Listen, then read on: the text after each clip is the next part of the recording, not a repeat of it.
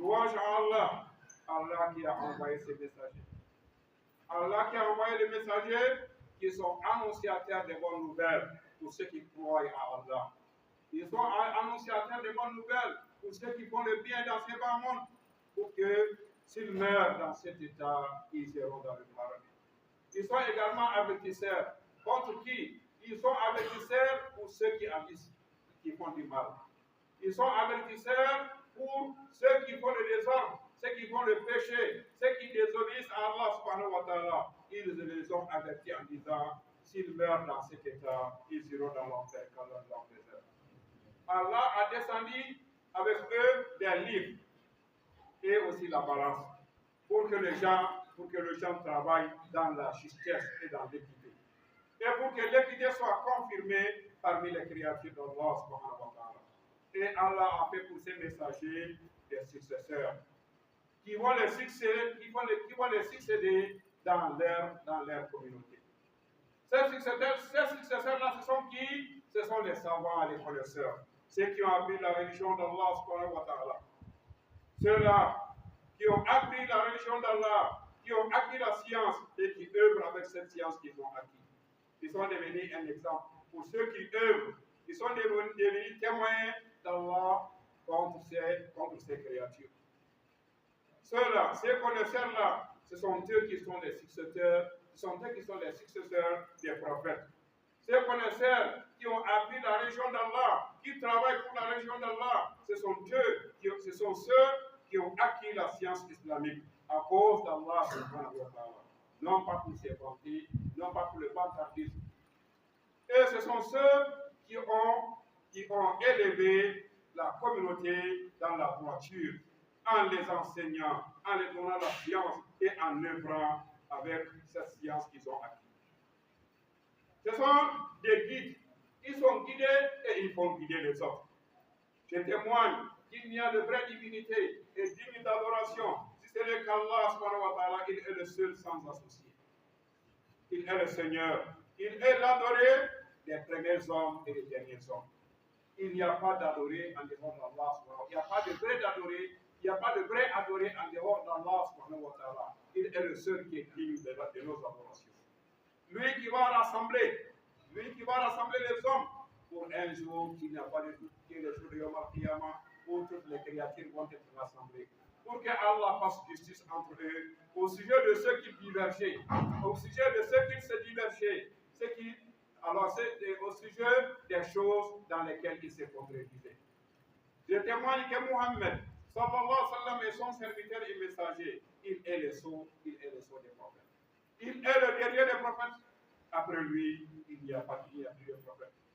Ceux qui restent après lui, c'est quoi? Ce sont les connaisseurs.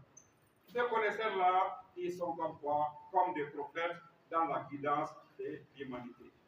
Qu'Allah augmente sur le prophète Muhammad, sallallahu alayhi wa sallam, sa noble famille et ses compagnons fidèles, bénédiction et salut, ainsi que ceux qui les ont suivis dans la bienfaisance et ceux qui ont suivi ces derniers jusqu'à la fin des temps.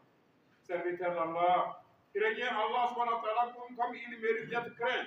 Ayez peur d'Allah subhanahu wa ta'ala et sachez que parmi la grâce, la plus grande grâce qu'Allah nous a accordée, c'est d'avoir préservé notre religion. D'avoir protégé notre religion. Par quoi? Par des hommes. Par des hommes qui sont sincères. Ces hommes sincères, ce sont les connaisseurs. S'il n'y a pas de connaisseurs dans le monde, les gens vont être égarés. Allah a protégé la religion par qui? Par les connaisseurs. Ce sont eux qui ont succédé par notre messager, sallallahu alayhi wa sallam. Après son départ, ils sont chargés de guider les hommes vers ce qui est meilleur pour eux, dans leur vie ici-bas et dans l'au-delà.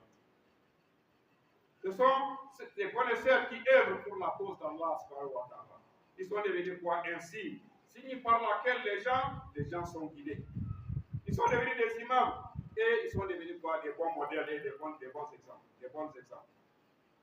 Et ils sont devenus des auxiliaires autour desquels se tourne la connaissance des hommes de la communauté. Et ils sont une lumière qui éclaire l'obscurité, qui éclaire les gens dans l'obscurité. Avoir des gens comme ces connaisseurs dans la communauté qui préservent la religion religion, qui protègent la religion, qui prennent soin de quoi? Qui prennent soin de l'honneur de la religion et de sa dignité. Ces connaisseurs-là, ce sont des clôtures. Ce sont des clôtures, ils sont une clôture, une forteresse qui s'interpose entre la religion et ses ennemis. Ce sont une lumière flamboyante qui éclaire par laquelle la communauté est éclairée au moment où la vérité est ambiguë, la vérité est cachée. Ils sont les héritiers des prophètes. Ils sont les héritiers des prophètes dans leur communauté et ils sont leurs hommes de confiance dans la religion. Les prophètes n'ont pas hérité, ils n'ont pas laissé comme héritage ni l'argent ni l'or. Ce qu'ils ont laissé comme héritage, c'est quoi? C'est la science islamique. Celui qui attrape cette science-là, celui qui cherche cette science-là, celui qui acquit cette science-là, il a trouvé une part abondante dans l'héritage des prophètes. Ils sont les témoins, et ces connaisseurs-là sont les témoins de Dieu. Ils sont les témoins de Dieu sur la terre. Ce sont eux qui ont témoigné par la vérité et ils ont publié cette vérité-là en public en disant il n'y a de vraie divinité digne d'adoration si ce n'est qu'Allah subhanahu wa ta'ala. Allah subhanahu wa ta'ala qui est le détenteur de l'équité et de la justesse. Le détenteur de la justice. Donc, tout jugement qui contredit le jugement d'Allah subhanahu wa ta'ala est faux. Et c'est un jugement tordu.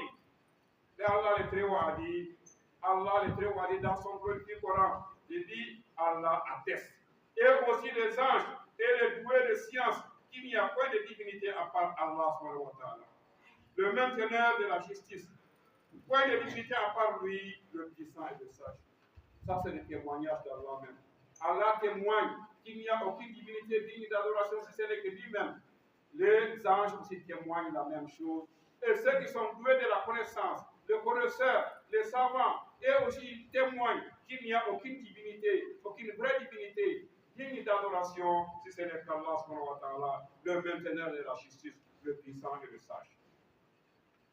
Ils sont les témoins d'Allah sur sa terre. Ils témoignent que les messagers ont dit la vérité. Que les messagers sont des véridiques et ce qu'ils ont dit c'est la vérité. Et ils témoignent aussi que les messagers ont transmis le message. La confiance, les dépôts qu'Allah les a donnés, ils ont remis ces dépôts-là. Ils ont transmis le message. Ils ont été sincères envers la communauté. Tout ce qui peut nous apporter du mal dans ces bas mondes et dans l'au-delà, ils ont dit et éclairci. Ce qui peut nous apporter aussi malheur dans ces mondes ici-bas et dans l'au-delà, ces gens-là, ces connaisseurs-là, alors ils l'ont transmis. Et les messagers l'ont transmis. Ce qui peut nous apporter le bonheur, les messagers ont dit et éclairci. Ce qui peut nous apporter aussi malheur, les messagers l'ont dit et éclairci. Ils ont été sincères envers la communauté. Ils ont combattu pour la cause d'Allah. Ils ont fait mener un vrai combat pour la cause d'Allah. Ce sont les témoins d'Allah sur la terre, sur sa terre. Ils témoignent des jugements d'Allah sur ses créatures. Ils lisent le Coran. Ils lisent aussi la sunna du prophète Muhammad sallallahu alayhi wa sallam. Ils le comprennent et aussi ils témoignent contre les créatures de ce que Allah a fait descendre comme jugement équitable, jugement droit et comme nouvelle dans son livre.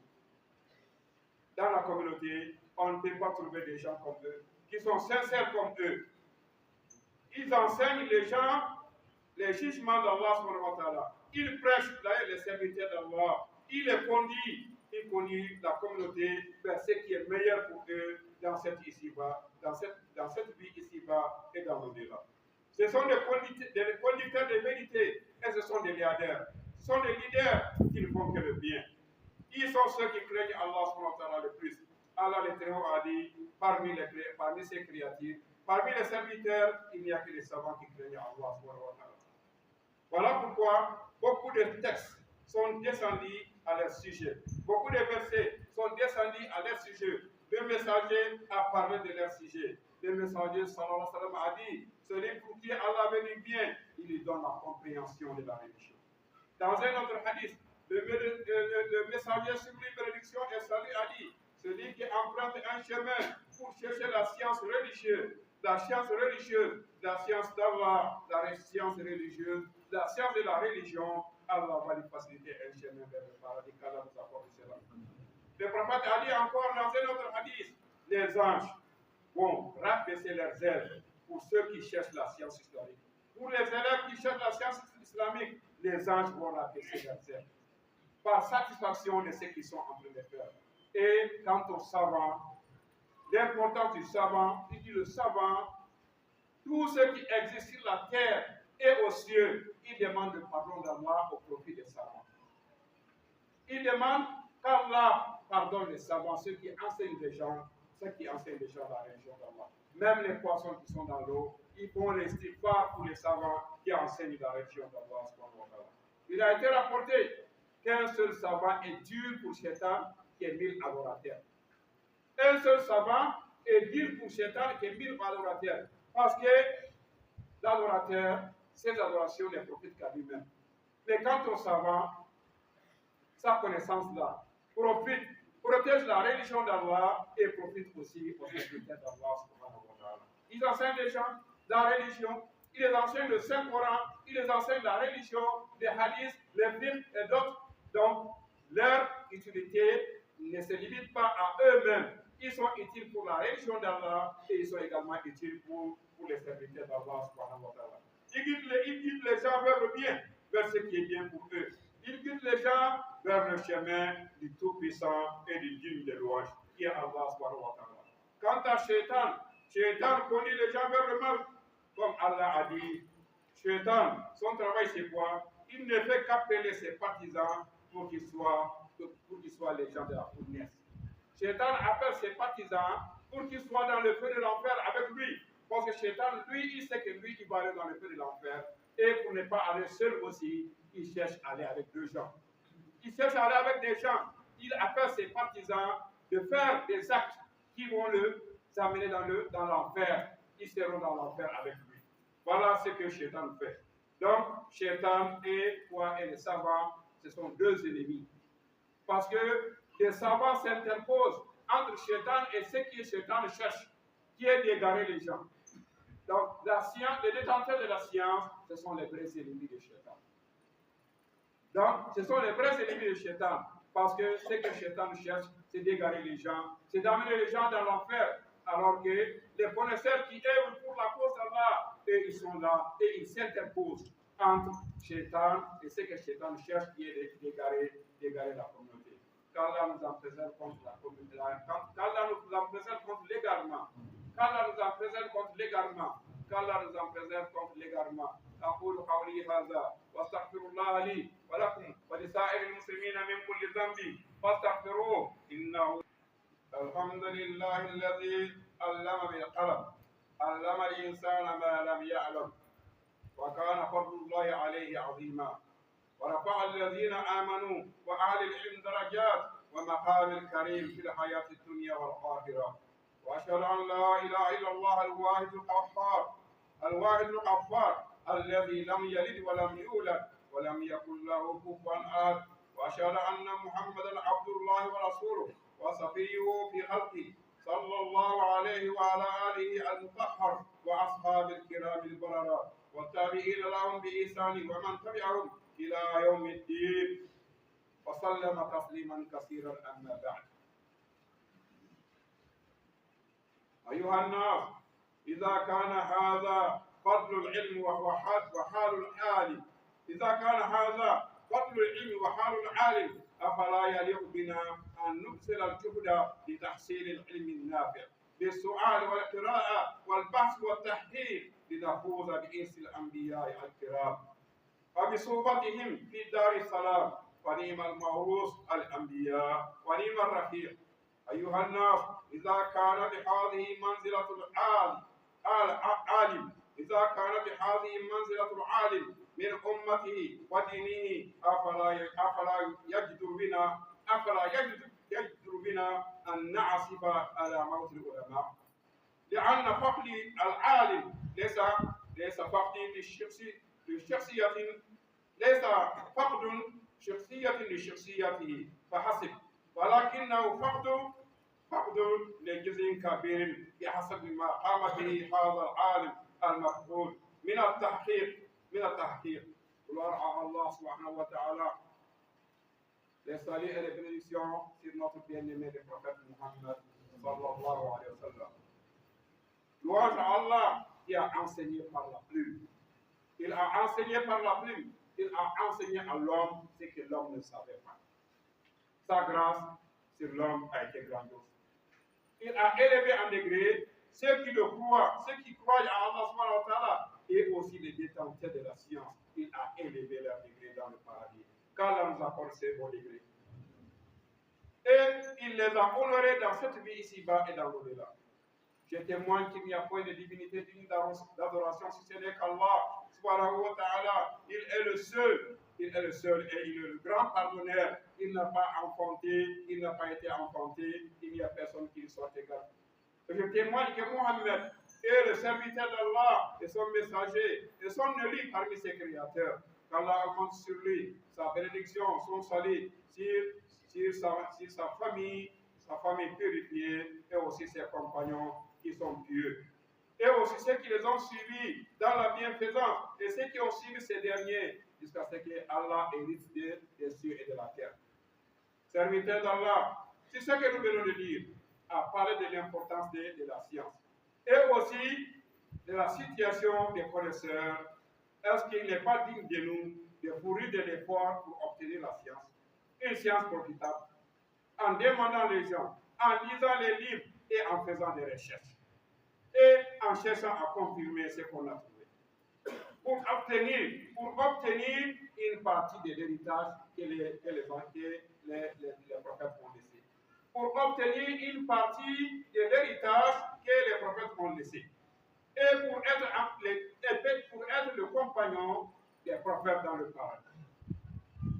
Parce que les prophètes, ce sont eux qui sont les meilleurs héritaires. Ce sont eux qui sont les meilleurs héritaires. Et ce sont eux qui sont les meilleurs compagnons. Celui à qui Allah a accordé sa grâce, qui est devenu compagnon des prophètes dans le paradis, il a trouvé un grand bien. Qu'Allah nous accorde cela. Donc, si, chers serviteurs d'Allah, si ça c'est le rang qu'occupent les connaisseurs dans la communauté et dans la religion, est-ce qu'il n'est pas important pour nous? Est-ce qu'il n'est pas important pour nous? Est-ce qu'il n'est pas digne pour nous de s'attrister, d'être triste pour la perte des connaisseurs? Lorsqu'on perd un connaisseur, est-ce qu'on ne doit pas s'attrister? On doit certainement s'attrister. Parce qu'on doit s'attrister. La perte d'un connaisseur, ce n'est pas pour lui-même, ce n'est pas pour sa personne, mais pour ce qu'il a acquis, pour la place qu'il occupait dans la communauté.